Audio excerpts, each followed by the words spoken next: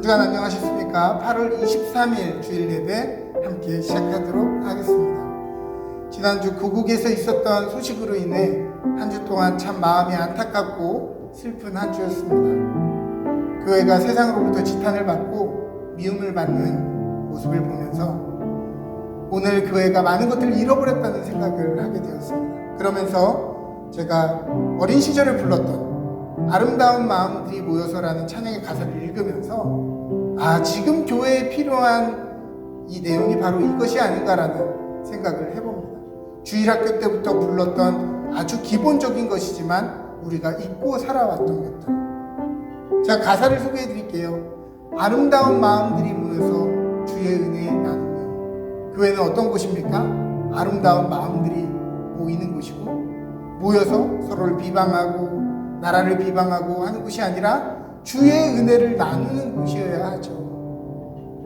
예수님을 따라 사랑해야지 우리 서로 사랑해. 우리에게는 사랑의 힘이 없기 때문에 예수님을 묵상하면서 예수님을 따라서 사랑하기로 결정하는 곳이 교회이지 않겠습니까? 하나님이 가르쳐준 한 가지, 내 이웃을 내 몸과 같이.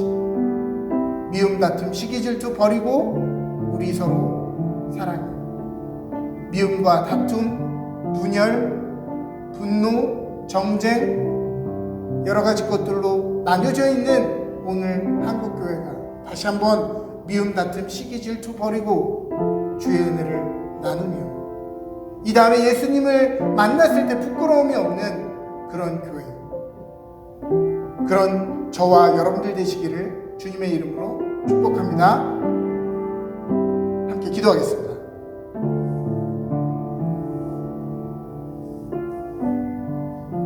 야곱아, 너를 창조하신 여호와께서 지금 말씀하시니라. 이스라엘아, 너를 지으신 이가 말씀하시느니라. 너는 두려워 말라. 내가 너를 구속하였고 내가 너를 지명하여 불렀나니 너는 내 것이라. 내가 물 가운데로 지날 때 내가 너와 함께 할 것이라. 강을 건널 때 물이 너를 침몰치 못할 것이며 내가 불 가운데로 지날 때 타지도 아니할 것이요 불꽃이 너를 사르지도 못하리니 대전하는 여호와 내 하나님이요 이스라엘의 거룩한 이요 내 구원자이니라. 내 이름으로 불려지는 모든 자 곧 내가 내 영광을 위하여 창조한 자를 오게 하라. 그를 내가 지었고 그를 내가 만들었느니라. 하나님의 특별한 섭리 속에 너는 내 것이라 말씀하시며 우리를 이 땅에서 나그네요 순례자로 부르시는 하나님, 저희는 너무 자주 방향이 모호한 광야의 들판에서 길을 찾느라 진을 빼고 시시각각 변하는 풍랑 같은 현실을 바라보다 주님이 우리와 함께 계심을 잊고 살 때가 많습니다. 코비드-19의 큰 광풍이 우리를 두렵게 하고 동료들의 허둥됨이 우리를 혼란에 빠지게 합니다. 주님, 우리를 불쌍히 여기셔서 우리 생명과 삶이 오직 주님의 손 위에 있음을 알게 하여 주옵소서. 물에 침몰되는 것 같은 막막한 상황에서도, 불에 던져지는 것 같은 애절한 상황 속에서도 주님이 우리와 함께 하셔서 우리들의 교회, 기업과 가정을 지켜 주옵소서. 사망의 음침한 골짜기를 걸어도, 풀무불에 던져줘도, 사자굴에 던져줘도 주님이 우리와 함께 하시면 안전함을 기억하게 하여 주시고, 낭만, 염려, 비난, 자기 연민이 아니라 기도로 주님의 얼굴을 구하는 사람들 되게 하여 주옵소서. 오늘 예배를 통해 우리의 삶을 다스리시고 역사하시는 주님을 맛보는 시간 되게 하여 주옵소서. 감사드리며 모든 말씀 예수 그리스도의 이름으로 기도합니다. 아멘. 우리 함께 찬양하겠습니다.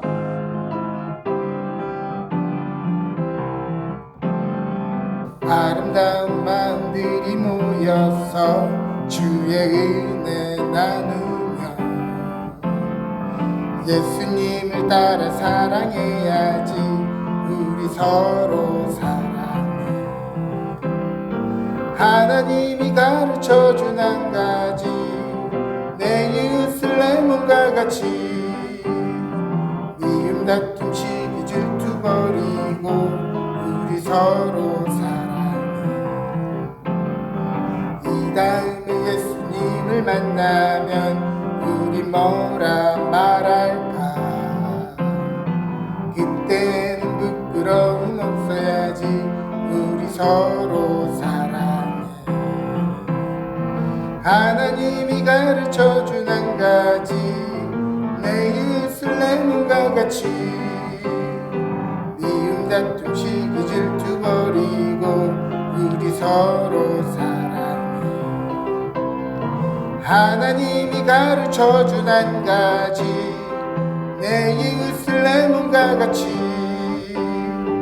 미움 다툼 시기 질투 버리고 우리 서로 사랑해.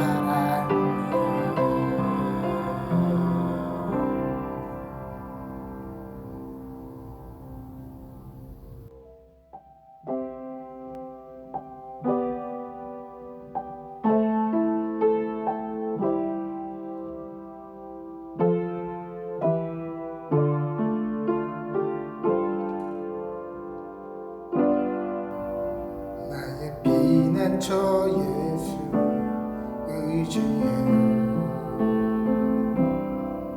나의 피난처 예수 의지해요.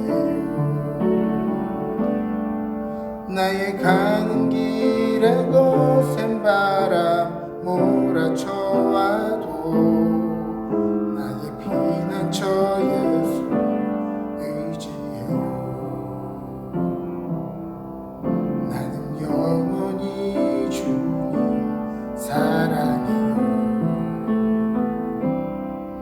나는 영원히 주님 사랑해요. 세상 어떤 곳도 나의 사랑 끊을 수 없네. 나는 영원히 주님 사랑해요.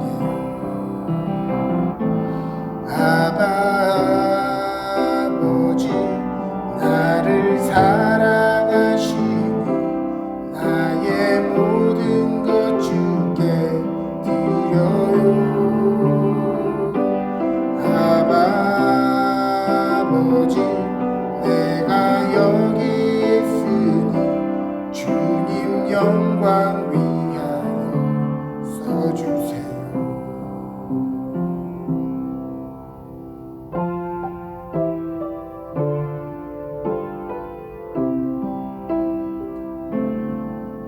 나의 피난처 예수 의지해요. 나의 피난처 예수 의지해요. 나의 가는 길에 거센 바람 몰아쳐와도 나의 피난처 예수 의지해요. 나는 영원히 주님 사랑해요. 나는 영원히 주님 사랑해요. 세상 어떤 곳도 나의 사랑 끊을 수 없네. 나는 영원히 주님 사랑해요. 아버지 나를 사랑하시니 나의 모든 것 주께 드려요.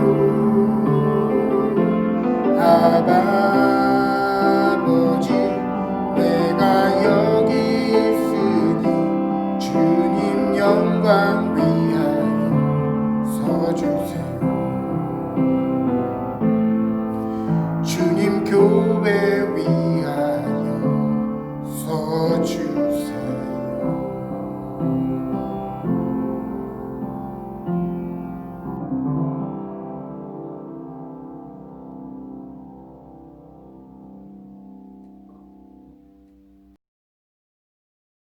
함께 기도하시겠습니다. 우리의 생명이 되시며 신실한 자들의 빛 되시는 거룩하신 하나님 아버지, 주님의 영광을 찬송합니다. 저희들에게 복된 날을 허락해 주셔서 하나님을 찬양하며 예배하게 하시오니 감사드립니다. 인자하신 주님, 이제 저희들이 지은 모든 죄를 고백하고 뉘우치오니 저희들의 죄와 잘못을 용서하여 주옵시고 허영과 시기와 미움으로 가득 차고 서로 사랑하라고 하셨던 주님의 가르침을 멀리하고 저희들의 욕망대로 살아온 저희를 용서하여 주시옵소서. 하나님 아버지, 저희들의 모든 허물을 용서해 주시고 주님의 보혈로 씻어 주시옵소서. 그리하여 저희들이 주님을 믿는 성도로서 본분을 다할 수 있는 귀한 믿음을 허락하시옵소서. 여러 가지로 세상에 혼란스럽고 고민과 근심에 빠져 있는 성도들이 있사오며 아직도 세계를 뒤흔드는 코로나 바이러스가 없어지지 않고 있습니다. 저희들의 무거운 짐을 주님께서 내려놓을 수 있도록 도와주시고 코로나 없는 평화로운 시대를 열어주시옵소서. 사랑으로 당신의 백성을 다스리시는 하나님, 저희 교회가 온전히 하나님의 영광을 드러내는 교회가 되게 하시고 이 세상에서 빛과 소금의 역할을 감당하며 많은 생명을 주님께로 인도하게 하옵소서. 특별히 교회를 섬기는 목사님과 모든 교인들이 영육간의 신령함과 강건함을 바탕으로 맡겨진 일들을 수행할 때 부족함 없게 인도하옵소서. 저희들이 드리는 이 예배가 감사와 찬양이 넘치는 예배가 되도록 주께서 친히 임재하여 주시옵고 미처 구하지 못한 것도 주님께서 채워주실 줄 믿사오며 거룩하신 주 예수 그리스도의 이름으로 기도드립니다. 아멘.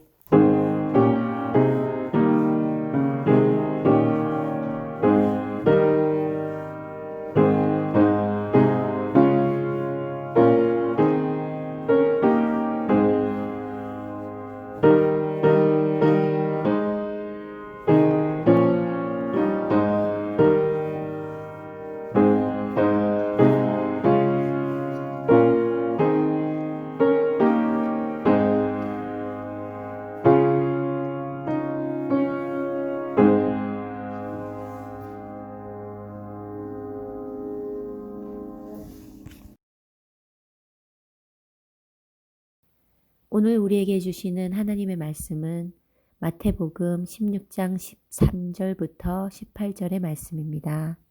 봉독하겠습니다.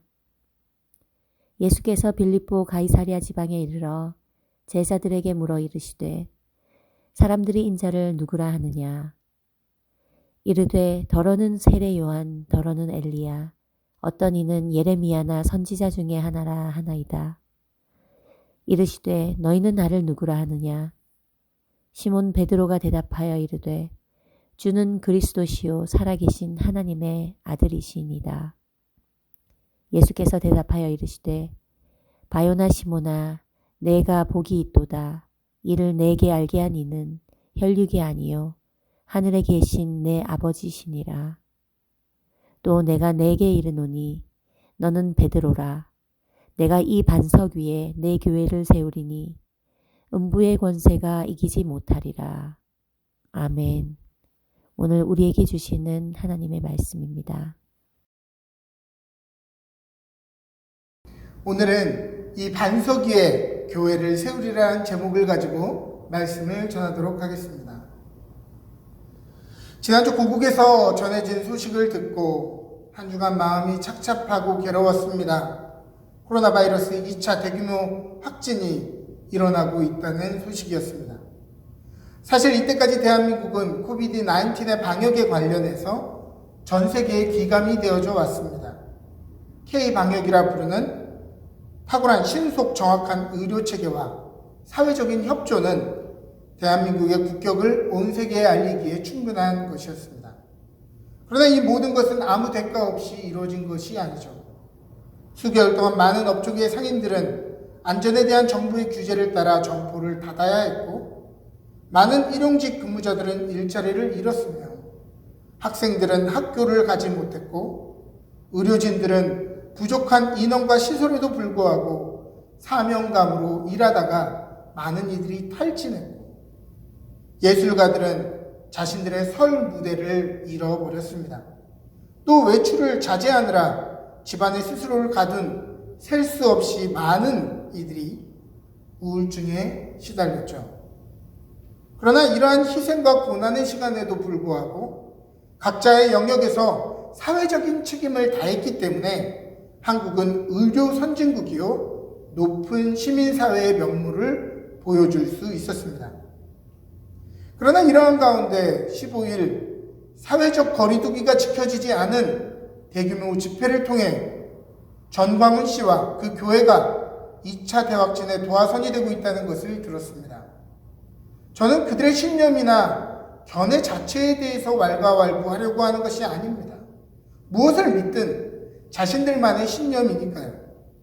그러나 팬데믹이 한창인 이때에 목사라는 직분으로 교회라는 공동체를 동원해서 기본적인 상식을 벗어난 반사회적인 행동으로 국민들의 안전과 생명을 위험에 빠뜨리고 온 교회와 성도들의 순수한 신앙을 폄하시키게 만드는 것에는 도무지 화를 참을 수가 없습니다. 아니, 이 감정은 화보다는 슬픔에 가까운 감정인 것 같습니다. 마치 교회가 시민사회의 안전을 위협하는 광심 집단으로 도매급당하는 이 이상한 현실을 어떻게 받아들여야 하겠습니까? 저는 오늘 여러분들에게 정치적인 의사를 표명하거나 저는 그런 사람이 아닙니다라는 변명을 하러 나온 것이 아닙니다. 우리는 이 상황을 반면 교사 삼아 교회인 우리가 이 시대에 어떠한 모습으로 서 있어야 하는가를 다시 한번 반성하고 점검하는 계기가 되었으면 좋겠습니다. 전광훈 씨는 자기 자신이 코로나 양성 판정을 받은 상태였음에도 불구하고 자기 교회와 모임에 참여하는 사람은 하나님이 병에 걸리지 않는다라고 사람들에게 이야기했습니다. 자기네 모임에 국가가 의도적으로 병균 테러를 했다는 말도 안 되는 이야기도 했고요. 그 교회의 성도들 중 몇 명은 자신이 양성 판정을 받은 것을 알면서도 군중 집회에 참여하고 밥을 나누어 먹고 마스크를 내린 채로 찬송하고 기도하는 모습을 보였습니다. 이들은 방역 당국에 협조를 하지 말라는 문자를 돌리기도 하고 전염병은 가짜라고 속이고 감기보다 대단한 질병이 아니라고 문자를 돌리기 시작했습니다. 현재까지 사랑제일교회 인원 중에 21일 기준으로 총 3,415명의 검사 중에 총 739명의 양성 반응자가 나타났고 그 중에 몇몇은 연락을 받지 않고 잠적하거나 격리시설을 탈출해서 도주했다는 이야기를 듣습니다. 자신이 행한 민폐도 알지 못하고 정광훈 씨가 활짝 웃고 있는 사진을 보고 있으면 피가 거꾸로 솟는 것 같습니다. 저는 정광훈 씨와 그 교회가 약간의 급진적인 행보를 했다라고 보지 않습니다. 반사회적, 반인륜적인 행태를 통해 시민사회를 위협하는 집단은 이단이 아니라 사이비입니다. 응당한 법의 처벌을 받고 제2, 제3의 그러한 인물들이 나오지 않도록 뿌리 뽑아야 합니다. 100번 양보해서 그럴 수 있다고 칩시다. 언제든 이런 종류의 사람들은 있어 왔으니까요. 그런데 아직까지도 용납이 되지 않는 것은 어떻게 이렇게 많은 신앙인들과 교계 지도자들이 그 말도 안 되는 그 말에 아멘을 하고 반지성적, 반사회적인 모습에 열광하고 있는지 저는 궁금해서 미치겠습니다. 일반 사회의 시선도 곱지가 않습니다. 시민사회는 이들의 행보가 소수 사이비 집단의 행태라기보다는 오늘날 목사들의 문제요, 교회 전체의 문제처럼 인식하고 지탄한다는 점입니다.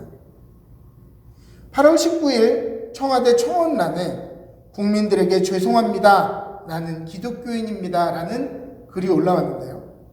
현재까지 3,372명의 동의를 얻었습니다. 오늘날 이 상황을 접하는 많은 성도들은 자신이 기독교인인 것에 대해서 미안하고 부끄럽다고 얘기합니다. 어떤 사람들은 신앙을 가진 것에 대해서 회의감을 느낀다고 하더라고요. 성도님들이 그러한데 목사는 어떻겠습니까? 정말 목사라는 직책이 이렇게 부끄럽게 느껴졌던 때가 또 없었던 것 같습니다. 소위 복음주의자들이 말하는 교회는 교회는 종교가 아니라 복음이다 라고 하는 말은 멋있어 보이지만 굉장히 위험한 말입니다.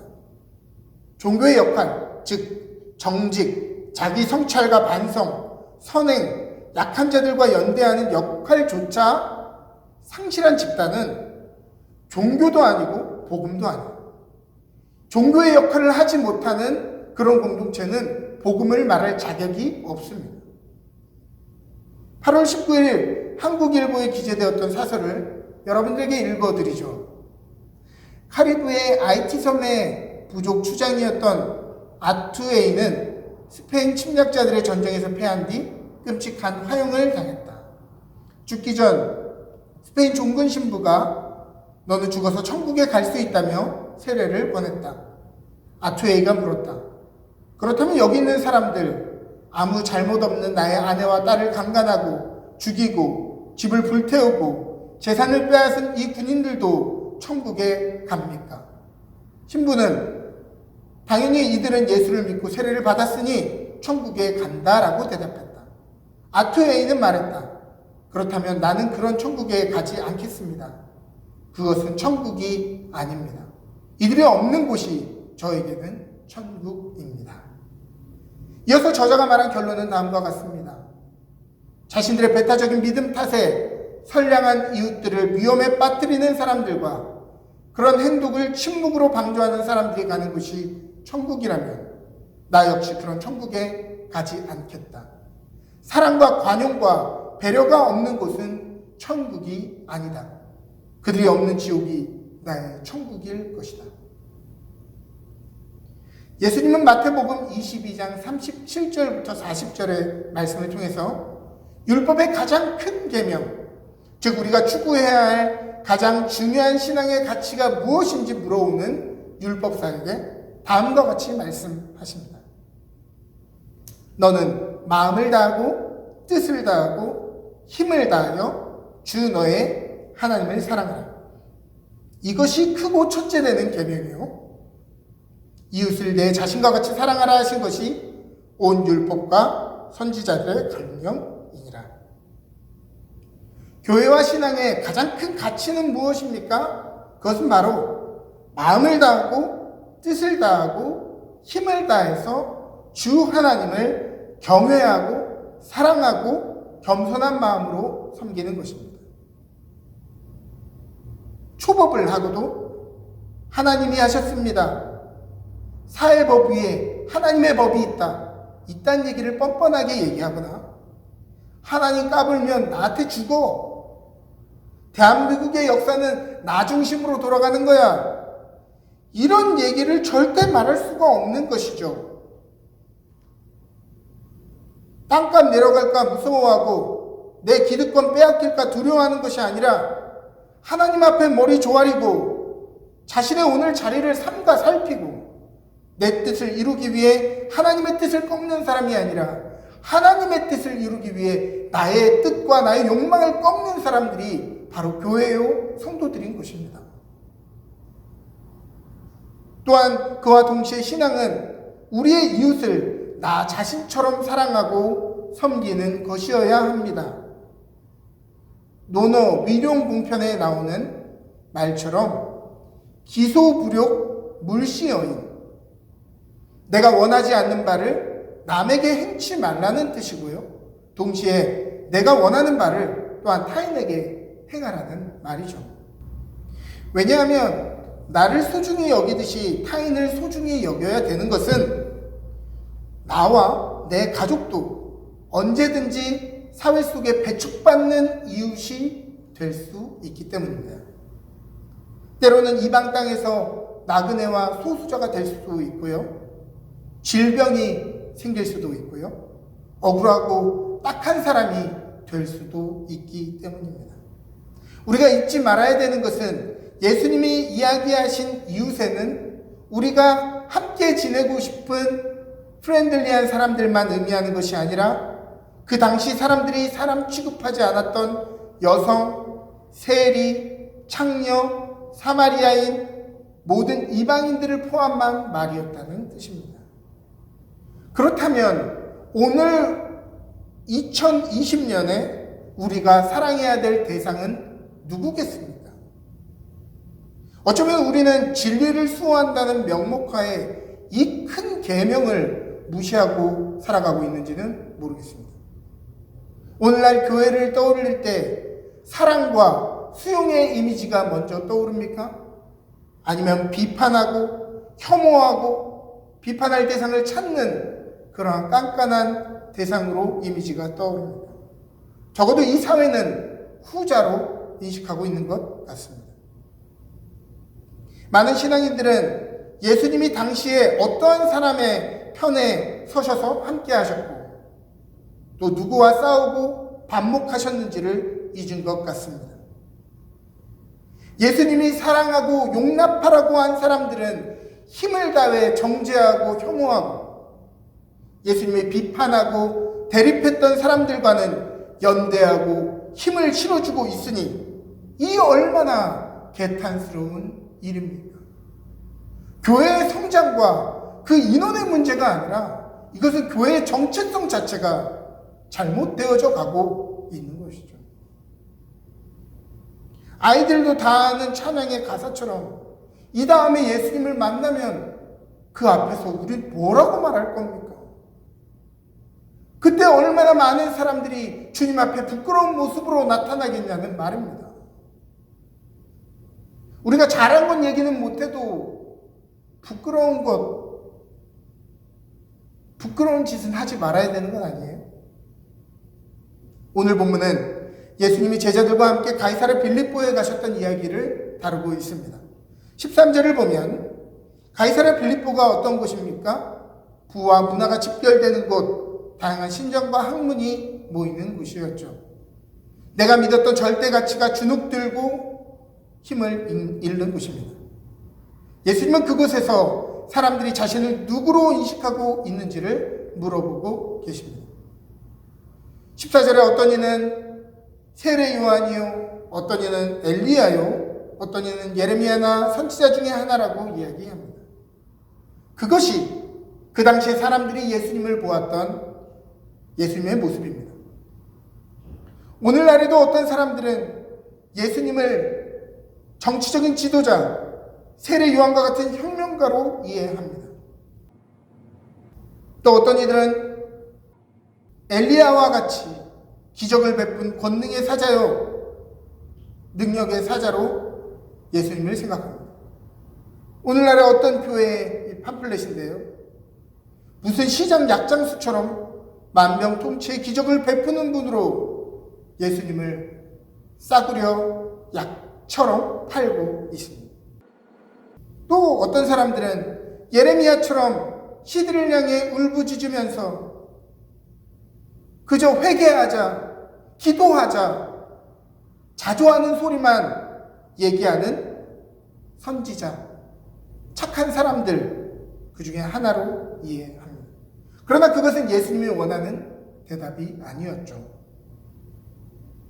그러자 이번에는 그러면 너희는 나를 누구라 하느냐? 라고 예수님이 물으십니다. 그때 베드로가 주는 그리스도시요 살아계신 하나님의 아들이십니다 라고 대답하죠. 그러자 예수님은 바요나 시몬아 내가 복이 있도다. 이를 내게 알게 하니는 혈육이 아니요 하늘에 계신 내 아버지니라.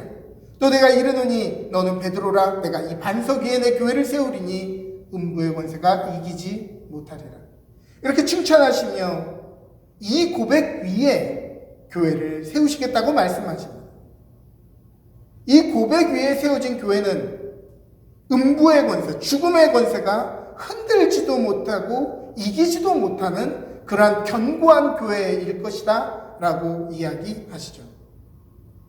오늘날 많은 사람들은 기독교가 주류가 되도록 대동단결하지 않으면, 기독교 후보를 대통령으로 만들지 않으면, 독소 조항이 있다고 하는 법안이 통과되면, 동성연애자들의 권리를 합법적으로 인정하면, 청소년들이 각종 메타포로 범벅이 된 대중문화에 노출이 되면 교회가 흔들리고 뒤집어지고 교회가 역차별을 받고 우리 자녀들이 교회를 떠나고 시험에 들 것이라고 이야기하지만 죄송한 말로 이와 비슷하거나 더 악한 상황은 기독교의 역사 속에 오래전부터 존재했던 것들이며, 교회는 소수였을 때에도 여전히 그 힘을 잃지 않았었고, 더한 시련과 타락한 시대 속에서도 자신의 향기를 바라며 더욱 찬란하게 꽃을 피웠던 것입니다.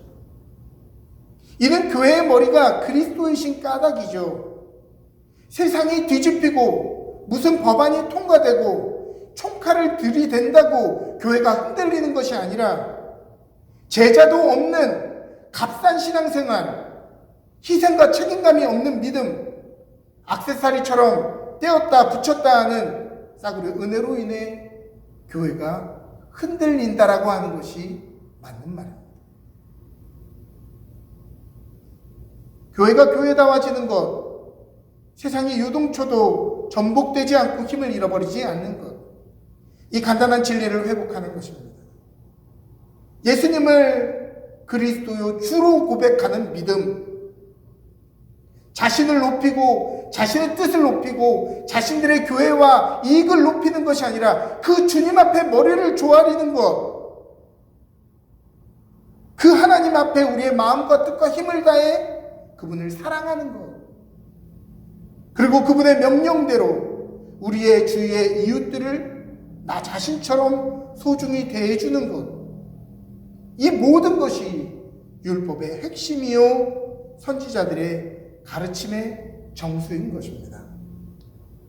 어두울수록 별이 더욱 빛나는 것처럼 시대가 악할수록 성도들의 착한 믿음은 더욱더 빛이 날 것입니다.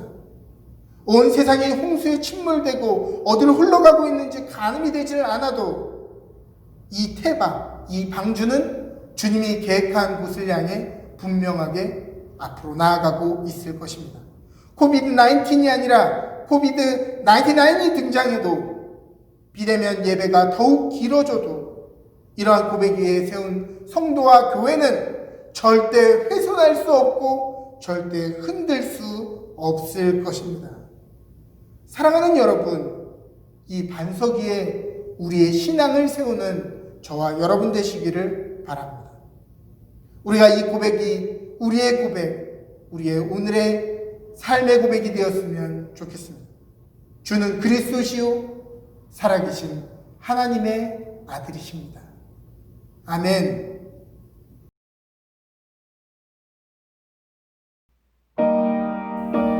공원 찬양 함께 하시겠습니다.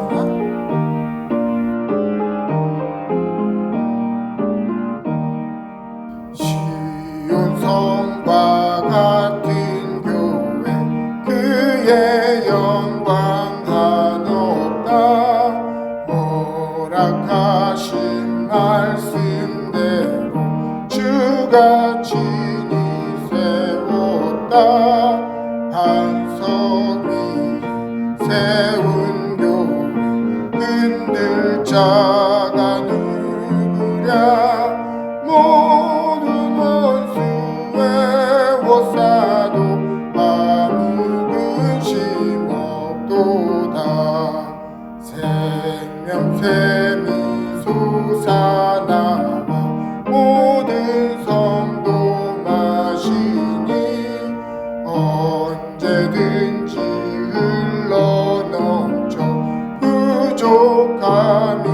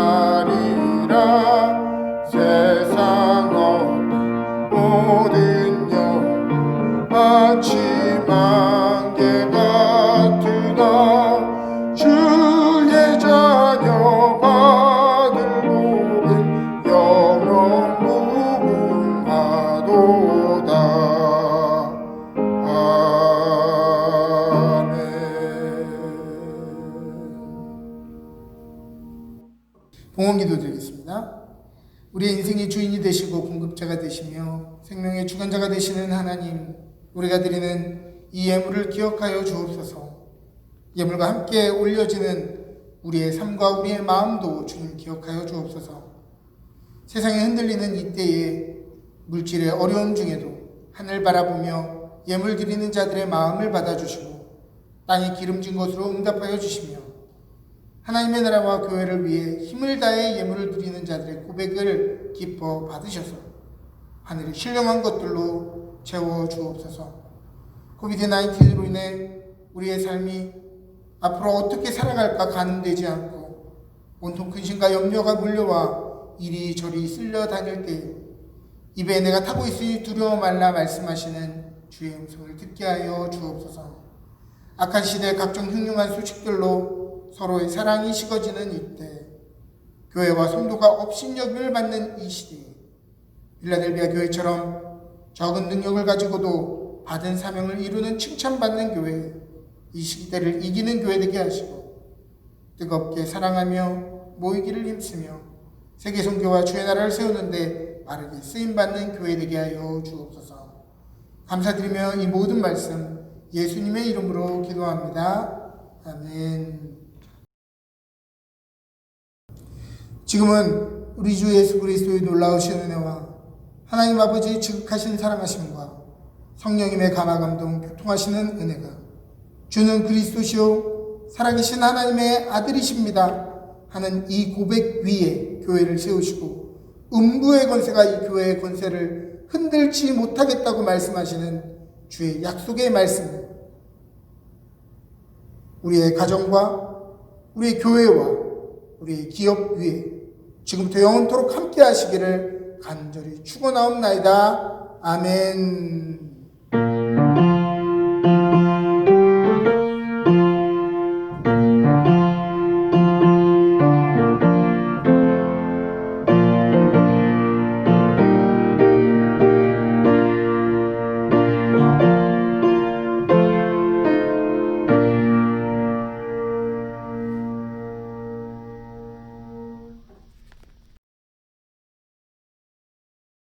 광고 말씀드리도록 하겠습니다. 이번 주 성도 동향 말씀드립니다. 이번 주 수요일 19일 수요일에 차민우 학생이 다시 캐나다로 귀국했다라는 소식을 들었습니다. 또 8월 20일 목요일에 신미라 집사님 이사하셨습니다. 다음 주 슬기로운 신앙생활은 성경을 어떻게 읽어야 하는가라는 주제로 2시에 시작하도록 하겠습니다. 한 주간 건강하시고 주님의 은혜 가운데 함께 하시는 여러분들 되시기를 바랍니다.